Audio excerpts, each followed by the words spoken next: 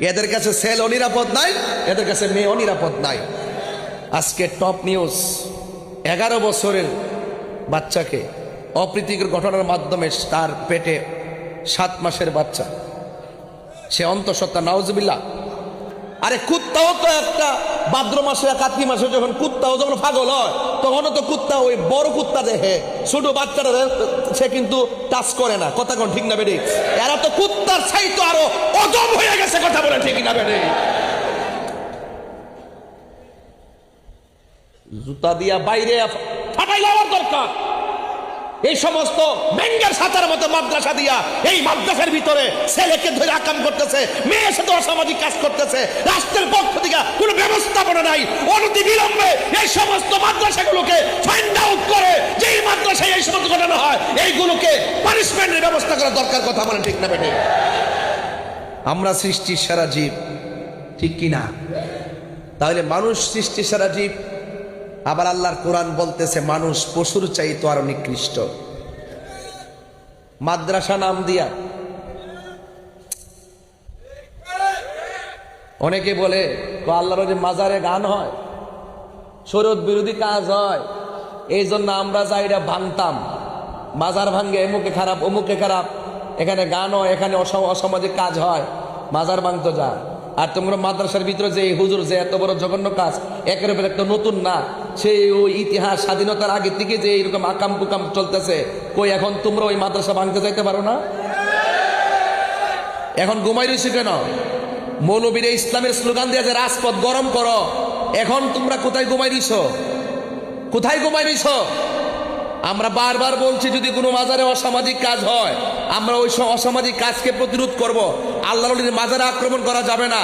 এখন তোমাদের মাদ্রাসায় যে এরকম অপ্রীতিকর ঘটনা হয়, একের পর এক যে অসামাজিক কাজগুলো হচ্ছে, এখন তোমরা কি মাদ্রাসা ভাঙতে পারো না?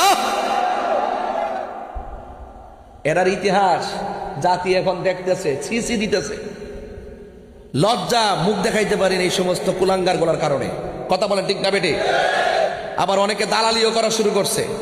ভাগ্য ভালো যে ডাক্তারটা, ম্যাডামটা কি সুন্দর স্টেটমেন্টটা দিছে, এই হুজুরটার কথা কইছে, নাইলে তো মামলা এখনো তো চেষ্টা করতেছে টাকা টোকা দিয়া, ওই বাদী পক্ষকে হুমকি টুমকি দিয়া এটাকে দাফন করে দেওয়ার জন্য। দাফন করার সুযোগ নাই। অপরাধী যে হবে তাকে অফকোর্স আইনের আওতায় আনতে হবে। কথা বলেন ঠিক না বেটে? আর দর্শকের পক্ষে যারা যে আইনজীবী ফাইল ডিল করবে, ওই আইনজীবীর বিরুদ্ধে অবস্থান নিতে হবে। খুনির পক্ষে যখন আইনজীবী দাঁড়ায় আর দর্শকের পক্ষে যখন আইনজীবী দাঁড়ায়, ওই আইনজীবীকে আমরা আইনজীবী মনে করি না। কথা বলেন ঠিক না বেঠে? আমরা আইনজীবী মনে করি না। এই জন্য দর্শকের বিরুদ্ধে কথা বলতে হবে, সবাই আসতে হবে। দর্শকের পক্ষে কোনো ফাইল হবে না, খুনির পক্ষে কোনো ফাইল হবে না। কথা বলেন ঠিক না বেঠে? তদন্তের স্বার্থে করবেন। গত রাত্রে প্রচুর বৃষ্টি ছিল। রাত্রে মাহফিলে যাওয়ার সময় বৃষ্টি, চিটাগং নিউ মার্কেট থেকে বের হয়েছি বৃষ্টি নিয়ে, আনোয়ারা টানেলে যাওয়ার পর বৃষ্টি, মাহফিলে ঢোকার আগ থেকে বৃষ্টি নাই, মাহফিল করতে পারছি। সেখান থেকে আবার রওনা দিলাম ঢাকার উদ্দেশ্যে, সেখানেও বৃষ্টি যেতে যেতে সকাল গিয়ে পৌঁছলাম 7টার দিকে। সেখান থেকে সকাল 11টায় প্রেস ক্লাবে প্রোগ্রাম ছিল। আমাদের মসজিদের ইমাম রইসউদ্দিনকে যারা মিথ্যা অভিযোগ করে মব ভায়োলেন্সের মাধ্যমে হত্যা করা হয়েছিল, দীর্ঘ 1 বছর হয়ে গেল, আমরা বিচার পাই নাই। এই জন্য মাননীয় সরকারের কাছে বিচারের দাবিতে গিয়েছিলাম, সেখানে প্রতিবাদ করেছি। সকলে কোন আল্লাহু আকবার। এই সুন্নিয়তের বিশাল একজন হাস্তি ছিলেন আল্লামা শহীদ ফারুকী রহমতুল্লাহ আলাইহি। কথা কোন ঠিক না বেঠিক? নার বিচারকে আমরা পাইছি? আর কথা কোন পাইছি? পাই নাই। সেখানে প্রেস ক্লাব থেকে প্রোগ্রাম শেষ করে স্বরাষ্ট্র মন্ত্রণালয়ে গেলাম। সেখানে স্বরাষ্ট্রমন্ত্রী মহোদয়ের সাথে কথা বললাম, স্মারকলিপি জমা দিলাম। কথা বলে দেখা করে সোজা এখানে এসেছি। প্রধানমন্ত্রীর কাছে যাওয়ার কথা ছিল, তিনি যশোরে চলে গেছেন, তা আমাদের স্মারকলিপিটা রিসিভ করানো হয়েছে। তো যাই হোক, সুন্নিয়তের জন্য, দেশের শান্তির জন্য, দেশের মানুষের কল্যাণের জন্য, শুধু যে ওয়াজ করি আর বসে থেকে এরকম না, দার্থহীন কণ্ঠে জীবন বাজি রেখে দেশটাকে বাঁচাতে হবে, দেশের মানুষের পক্ষে কথা বলতে হবে। অনেকের মুখে দেশের কথা আছে, অন্তরে দেশপ্রেম নাই। কথা বলেন ঠিক না বেঠিক? এই জন্য আমাদেরকে পাহারা দিয়ে রাখতে হবে। এই জন্য দেশের পক্ষে যারা দেশের মানুষের কল্যাণে যারা কথা বলে, সম্প্রীতির জন্য যারা কথা বলে, তাদের পক্ষে আমরা আছি না নাই? জসিম ভাই খুব ভালো মানুষ।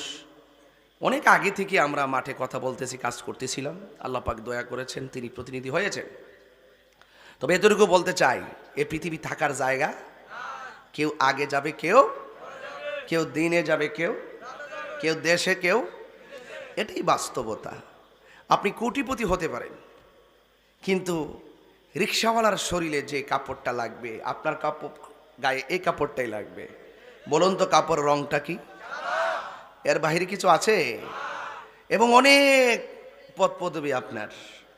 এই যে হাজার হাজার মানুষ বসে আছে, ওয়াজ শুনতেছে, কিন্তু একটা রাস্তার মানুষ মারা গেলে তাকে যে ঘরটাতে শোয়ানো হবে, একজন, এই যে আমাদের বিগত দিনে যত প্রভাবশালীরা মারা গেছে, তাদের ঘরটাও সেই ঘরটাই হয়েছে। বলেন, সেই ঘরটা কি মাটির না? এই জন্য সকলকে চলে যেতে হবে। এই মসজিদে অনেকে এতেকাফ করছে, করে নাই? এতেকাফ করেছে, কিন্তু দেখেন মসজিদের জায়গায় মসজিদ আছে, কিন্তু মুতাকিফ যিনি, তিনি তো চলে গেছেন। তিনি কি আর ফিরে এসেছে? এই মসজিদের প্রথম কাতারে অনেকে নামাজ পড়েছে, চলে গেছে, আর আসবে না। এই জন্য আমার ভাই চৌধুরী ভাই বলছেন, জানা কথা বলে কেন? জানা কথা বলে এই জন্য যে আমরা ভুলে যাই। কথা বলেন ঠিক কিনা? এই যে আমি যে কথা বলছি একদম কমন কথা না, কারণ উনি যদি উঠতে যদি কবর ধরি তো আমরা জানি ফেসলা গুনি একটা কত হলে বলতে হয়, বারবার বলতে হয়। কেন? আমরা ভুলে যাই। আমরা কি হয়ে যায়? আমরা ভুলে যাই। দেখেন আপনি ওই, আপনি বাইরে থাকেননি, দেশে দেখবেন ঈদের দিন আসলে দেখবেন কত প্রকার মুসল্লি পাওয়া যায়। ও ইমাম সাহেবের তাকবীর মান দেয় এমনি, ওই এক মুসল্লি জায়গায় যে এই যে ছয় তাকবীর আমরা দিতেছি অতিরিক্ত, দেখবেন মুসল্লির মন থাকে না, ওই বইলা যায় দিকে বারবার দেহাই দহন লাগে। কথা কি ঠিক আছে? কথাটা এদের দেহাই দহন লাগে। হাদিস তো হাদিসই। এই জন্য ওই যে কমন কথা যে কইতাছি, এটা আমার টাইম বাংতাছি আর কি, বাঙ্গালি আছে আর কি। তো এই জন্য এখন কথা হইল যে আমরা কি হয়ে যায়? ভুলে যায়। যদি আমরা আখিরাতের জবাবদিহিতা থাকতো, মানে মনে থাকতো, এবং আখিরাতের জবাবদিহিতা যদি আমরা মনে করতাম, তাইলে কখনো একজন মসজিদের ইমামকে মিথ্যা অভিযোগ দিয়ে হত্যা করতে পারতো না। কথা বলেন ঠিক কিনা বলেন? আজকে আমাদেরকে ব্যারিকেড দিছিল, তার কারামার্কারা দিয়া পুলিশ প্রশাসন। আমি বলছি এই ব্যারিকেড চলবে না। একটা যৌক্তিক দাবি আদায়ের লড়াইয়ে শুধুমাত্র প্রতিবাদ আমার করার দায়িত্ব নয়, যারা ব্যারিকেড দিছে তারাও আমাদের সঙ্গে শামিল হওয়ার দরকার। খুনির পক্ষে যখন আইনজীবী দাঁড়াই, আর দর্শকের পক্ষে যখন আইনজীবী দাঁড়াই, ওই আইনজীবীকে আমরা আইনজীবী মনে করি না। কথা বলেন ঠিক না বেঠে? আমরা আইনজীবী মনে করি না। এই জন্য দর্শকের বিরুদ্ধে কথা বলতে হবে, সবাই আসতে হবে। দর্শকের পক্ষে কোনো ফাইল হবে না, খুনির পক্ষে কোনো ফাইল হবে না। কথা বলেন ঠিক না বেঠে? তদন্তের স্বার্থে করবেন।